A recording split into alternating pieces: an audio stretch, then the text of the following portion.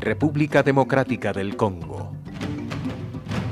Compartiendo alegrías y sufrimientos. La República Democrática del Congo, situada en la región ecuatorial africana, tiene, al igual que la mayoría de las naciones de este continente, una historia de colonialismo, librándose solamente Liberia y Etiopía, que son las naciones independientes más antiguas de África. En 1884 y 1885, la Conferencia de Berlín confirma que el Estado Libre del Congo se convertirá en colonia del Congo belga, propiedad personal del rey de Bélgica, Leopoldo II, quien se enriqueció a costa del trabajo forzado de millones de nativos africanos obligados a trabajar en la explotación del caucho, diamantes y marfil. Es solamente en 1960 que la colonia belga alcanza su independencia y en 1965 se convierte en Zaire, bajo el dominio dictatorial del comandante del ejército, Joseph Mobutu. Yo llegué a este país cuando se llamaba Zaire, el 12 de septiembre de 1972. La situación estaba muy caliente porque el gobierno quiso instaurar un partido único. No dejaba que la iglesia se manifestara con libertad, fundamentando todo con la bonita idea del Vaticano II de la autenticidad. Para nosotros misioneros era la autenticidad del Evangelio frente a las culturas, mientras que para Mobutu era el absoluto, su religión. Tanto es así que consideraba a cada ciudadano de Zaire como miembro del partido desde su nacimiento. ¿Y el dios de esta religión quién era? Era Mobutu. De hecho, durante la Navidad de 1975, Mobutu apareció a la población como caído del cielo, casi como el nuevo Mesías. Los obispos de Zaire redactaron un documento llamado El don de nuestra fe, afirmando que el pueblo de Zaire creía en Jesucristo y no en Mobutu como Dios de la nueva religión, que era el movimiento popular de la revolución. En mayo de 1997, las fuerzas opositoras a Mobutu ganan terreno y Kabila se autoproclama presidente, y es el mismo quien cambia el nombre de Zaire por el de República Democrática del Congo, como hasta ahora se lo conoce. La caída de Mobutu la viví aquí mismo porque me quedé en Mumbere. Había unos militares que llegaron para defender el territorio y alejar a la gente que avanzaba hacia ellos, pero no pudieron.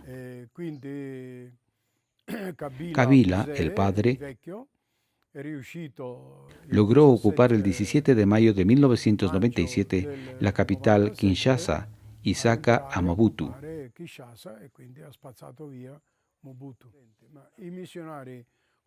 Los misioneros combonianos llegaron el 11 de diciembre de 1963. Otros llegaron en abril de 1964. La situación se estaba calentando sobre todo bajo la forma de malestar y oposición al gobierno en agosto de 1964. En este momento intervienen los rebeldes en la provincia oriental con su capital, Kisangani, para establecer un Estado independiente. En aquel entonces, la ideología occidental temía el dominio ruso en África. Por eso intervinieron, causando la furia de los rebeldes, debido a que los europeos apoyaban al gobierno legítimo. Empezaron una persecución hacia todos los blancos en sí. Hubo asesinatos y masacres contra la iglesia hasta llegar a noviembre, cuando uno de nuestros padres, padre Remo Armani, fue asesinado en Isiro, aunque intentara explicar que era italiano y no belga, porque los rebeldes luchaban contra los belgas. Luego en Rungu, a finales de noviembre y comienzos de diciembre, los padres, para sentirse más seguros, se escondieron en la selva. Se salvó solamente el hermano Mosca. Y es precisamente el hermano Mosca quien nos relata los momentos de angustia que vivió en manos de los rebeldes congoleses. Nos subieron en una camioneta y nos llevaron al río. Allí nos hicieron bajar. A mí, el primero, me sentaron en el suelo y me dispararon. El tiro entró por la espalda. Ellos apuntaban al cuello, pero la bala entró por la espalda y salió por delante sin causar mucho daño. Sangraba mucho y la sotana blanca se llenó de sangre. Esperaba morir, pero no moría. Entonces pensé en hacerme el muerto y desgraciadamente tuve que asistir a la ejecución de los demás. Al llegar la noche, nos tiraron a todos al río, que no era muy profundo. Cuando se marcharon, salí y pedí ayuda en una cabaña que conocía, pero ellos tenían miedo. Pensaban que los iban a matar si me ayudaban. Así que volví al río esperando poder esconderme en el seminario, pero tendría que salir a la carretera y me verían, así que me quedé en el bosque comiendo raíces.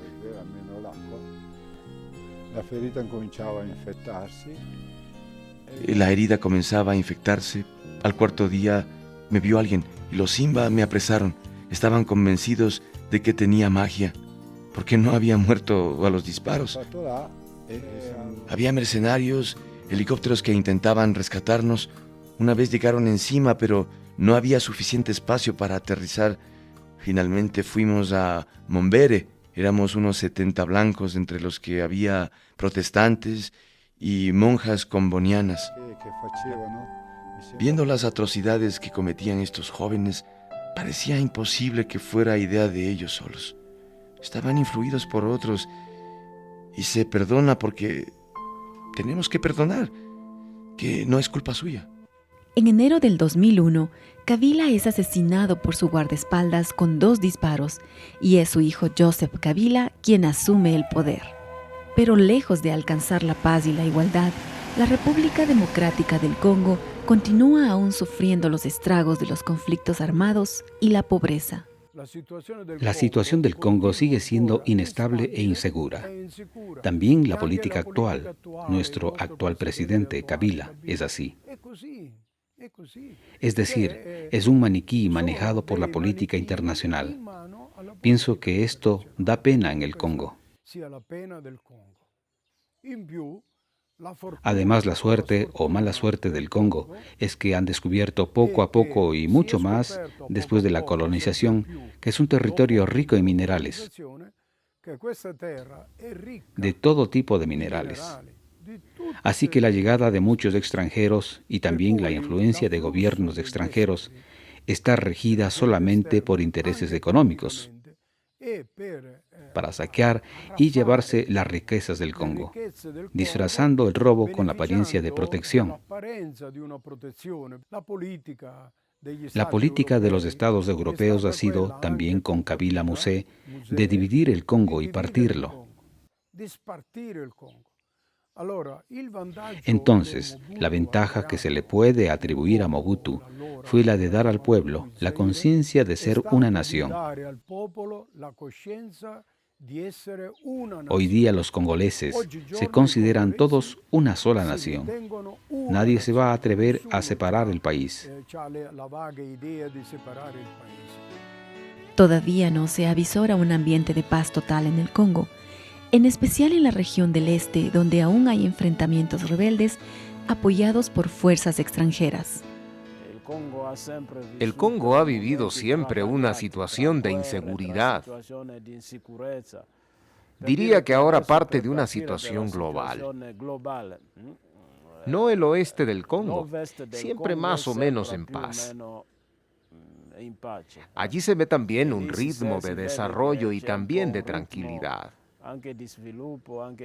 Pero el este del Congo sigue sufriendo mucho. Hay grupos de rebeldes, pero siempre apoyados o secundados por externos, por países vecinos, que siguen causando sufrimientos. Dan tantos sufrimientos a la población. Diré que en el este del Congo, la seguridad es todavía muy incierta, de manera particular en los pueblitos.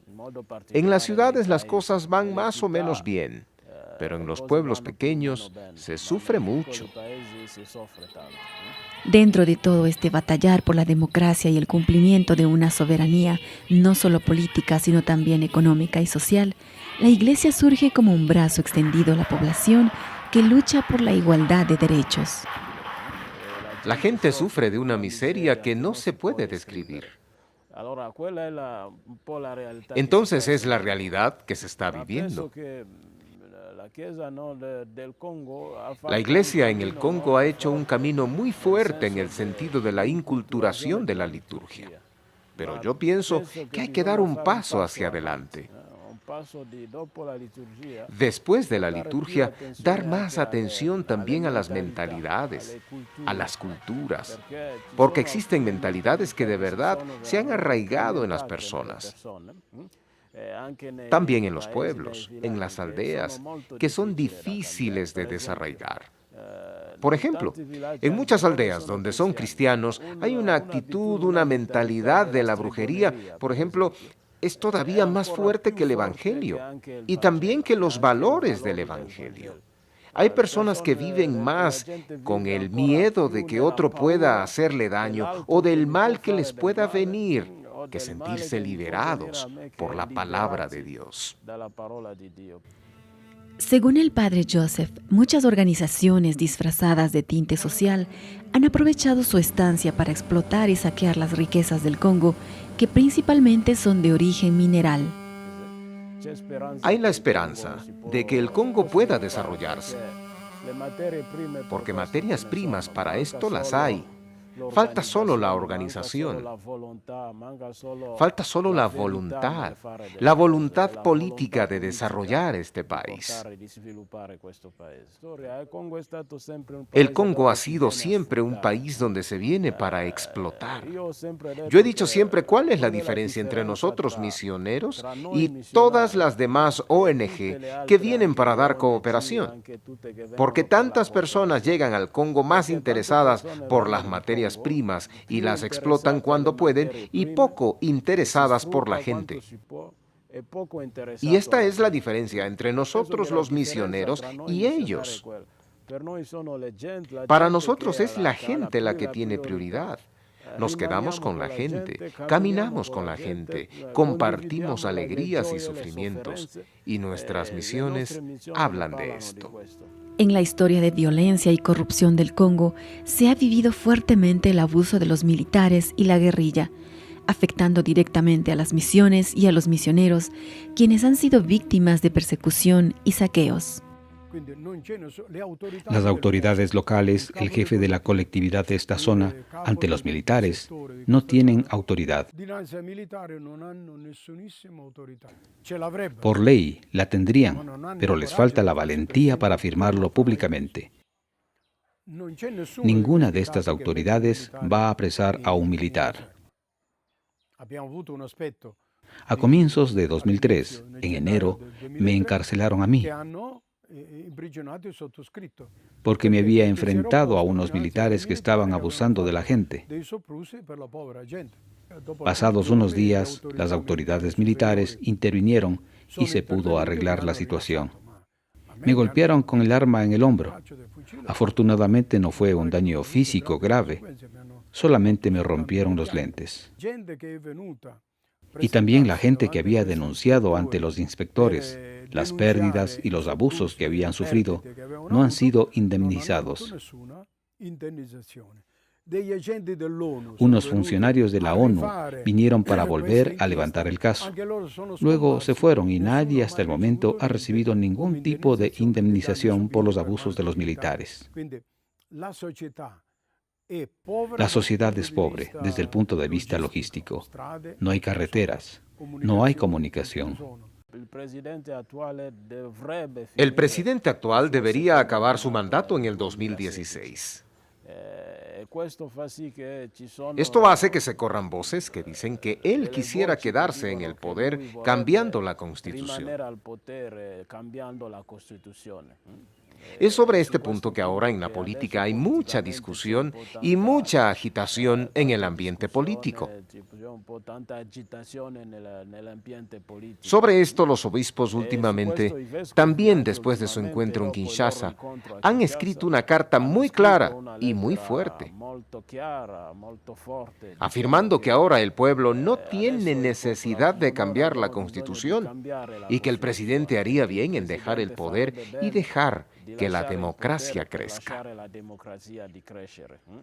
Durante el tiempo de la persecución y sin un rumbo seguro que tomar, los misioneros y misioneras encontraron un pueblo protector, los pigmeos, quienes, retribuyendo el bien recibido a través de escuelas y hospitales, refugiaron a los perseguidos en su territorio, la selva. La gente decía, si ustedes se van, nosotros también nos vamos. Vamos a la selva y todo se destruye porque ustedes son la esperanza. Entonces, así, nosotros desde el 25 por la tarde entramos en la selva, nos quedamos allá donde no había nada, pero bajo protección de los pigmeos que vivían allá cerca. Entonces, algunos de ellos trabajaban con las hermanas dominicanas. Las hermanas hablaron con ellos para decir, si hay saqueo, hay guerras, ustedes pueden hospedarnos en su selva por allá. Ellos aceptaron y cuando pasó eso, nosotros fuimos allá. Estábamos dentro de la selva, pero bajo protección de los pigmeos. Entonces así nos quedamos. Sí, había también ese miedo porque arriesgábamos la vida de lo que pasaba. Yo me acuerdo la primera noche, todas las bombas que ellos lanzaban y todas las diferentes armas que usaba, era como si estaban cerca de nosotros, ¿no? Pero nosotros no hablábamos como estamos hablando ahora. Era hablar pero con señas de los sordos mudos, porque nadie podría hablar, sino los que nos buscaban podría llegar para atacarnos, ¿no? Y nosotros seguíamos lo que nos decían los pigmeos. Para saber lo que sucedía afuera, son los pigmeos que salían para decirnos lo que pasaba. Pero hubo algo bonito y significativo. Algunos militares venían a robar, otros militares regresaban restituyendo la mercancía robada por sus compañeros. Ha sido casi una manera de agradecernos. Muchos se encontraban en un dilema, porque tenían ganas de llevarse algo. Estaban huyendo, pero al mismo tiempo consideraban el apoyo que les habíamos brindado, defendiéndolos. Además, habíamos entregado cierta cantidad de dinero que ellos nos daban para sus familias que estaban en Kinshasa, de manera que sus familias tenían la garantía de que ellos seguían vivos aquí, y eso era algo importante. El compromiso de muchos de los misioneros alrededor del mundo va más allá de la ayuda social o un compromiso eclesial. Su vocación los ha llevado incluso a entregar su propia vida. Particularmente, en la provincia oriental, han sido asesinados más de 100 misioneros en distintos sitios. Entre estos 4 combonianos fueron matados allí. Junto con ellos, la beata Anuerite, la beata más grande de nuestro país que haya sido matada en ese momento. Subrayo esto porque es allí donde podemos entender nuestra historia comboniana aquí en el Congo. Ha comenzado con un sufrimiento que nosotros, cristianos, llamamos donación, porque los misioneros han venido para estar con la gente, para dividir con ellos alegrías y sufrimientos. Tenían la posibilidad de huir, de irse fuera, pero han escogido quedarse con la población. Y esta es una de las cosas que caracterizan un poco a los combonianos aquí en el Congo. Esta es más o menos la historia de estos 50 años. Podemos decir que es la causa común con la gente donde nos encontramos, compartir todo con ellos, alegrías y sufrimientos.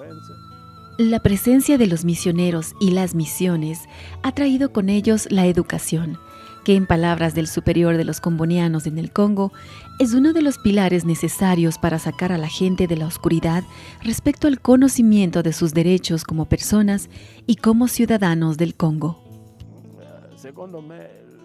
Según mi parecer, en el Congo la primera prioridad está allí, porque cuando las personas son ignorantes, es la más grande miseria. Cuando la educación, la escuela, en todos los niveles, no es ya la prioridad ni siquiera del gobierno, entonces todas las escuelas, la población y todo el país está condenado a la mediocridad. Para mí, esta es la primera cosa que hay que ver en esta realidad del Congo. Sinceramente, yo puedo decir que aquí en el Congo, en nuestra historia, lo teníamos todo cada día. Las alegrías y sufrimientos que ha atravesado este país. Todos los combonianos las han vivido. Según mi parecer, la ayuda que viene políticamente y económicamente del resto del mundo sería la de presionar más al gobierno para que pueda conseguir medios y dar más posibilidades a la educación, la formación y para lograr que la formación de las personas en las universidades, y hay tantas personas en las universidades, sea buena. Porque según mi parecer, una población formada, una población educada es la que puede llevar adelante el desarrollo.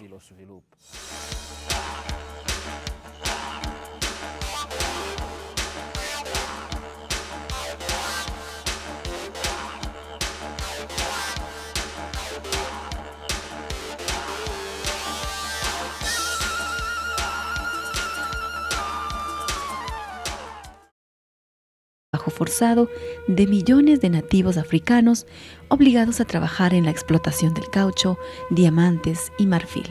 Es solamente en 1960 que la colonia belga alcanza su independencia y en 1965 se convierte en Zaire, bajo el dominio dictatorial del comandante del ejército Joseph Mobutu. Yo llegué a este país cuando se llamaba Zaire, el 12 de septiembre de 1972. La situación estaba muy caliente porque el gobierno quiso instaurar un partido único. No dejaba que la iglesia se manifestara con libertad, fundamentando todo con la bonita idea. Kabila, el padre, logró ocupar el 17 de mayo de 1997 la capital Kinshasa y saca a Mobutu.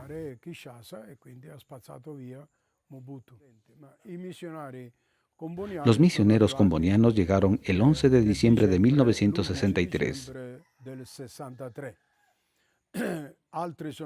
Otros llegaron en abril de 1964.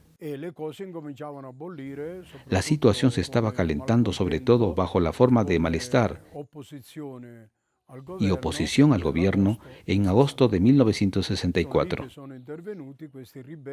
En este momento, República Democrática del Congo, compartiendo alegrías y sufrimientos. La República Democrática del Congo, situada en la región ecuatorial africana, tiene, al igual que la mayoría de las naciones de este continente, una historia de colonialismo, librándose solamente Liberia y Etiopía, que son las naciones independientes más antiguas de África. En 1884 y 1885, la Conferencia de Berlín confirma que el Estado Libre del Congo se convertirá en colonia del Congo belga, propiedad personal del rey de Bélgica, Leopoldo II, quien se enriqueció a costa del trabajo. Zaire creía en Jesucristo y no en Mobutu como Dios de la nueva religión, que era el movimiento popular de la revolución. En mayo de 1997, las fuerzas opositoras a Mobutu ganan terreno y Kabila se autoproclama presidente. y es el mismo quien cambia el nombre de Zaire por el de República Democrática del Congo, como hasta ahora se lo conoce. La caída de Mobutu la viví aquí mismo porque me quedé en Mumbere. Había unos militares que llegaron para defender el territorio y alejar a la gente que avanzaba hacia ellos, pero no pudieron. La idea del Vaticano II de la autenticidad. Para nosotros misioneros era la autenticidad del Evangelio frente a las culturas. Mientras que para Mobutu era el absoluto, su religión. Tanto es así que consideraba a cada ciudadano de Zaire como miembro del partido desde su nacimiento. ¿Y el dios de esta religión quién era? Era Mobutu. De hecho, durante la Navidad de 1975, Mobutu apareció a la población como caído del cielo, casi como el nuevo Mesías. Los obispos de Zaire redactaron un documento llamado El don de nuestra fe, afirmando que el pueblo de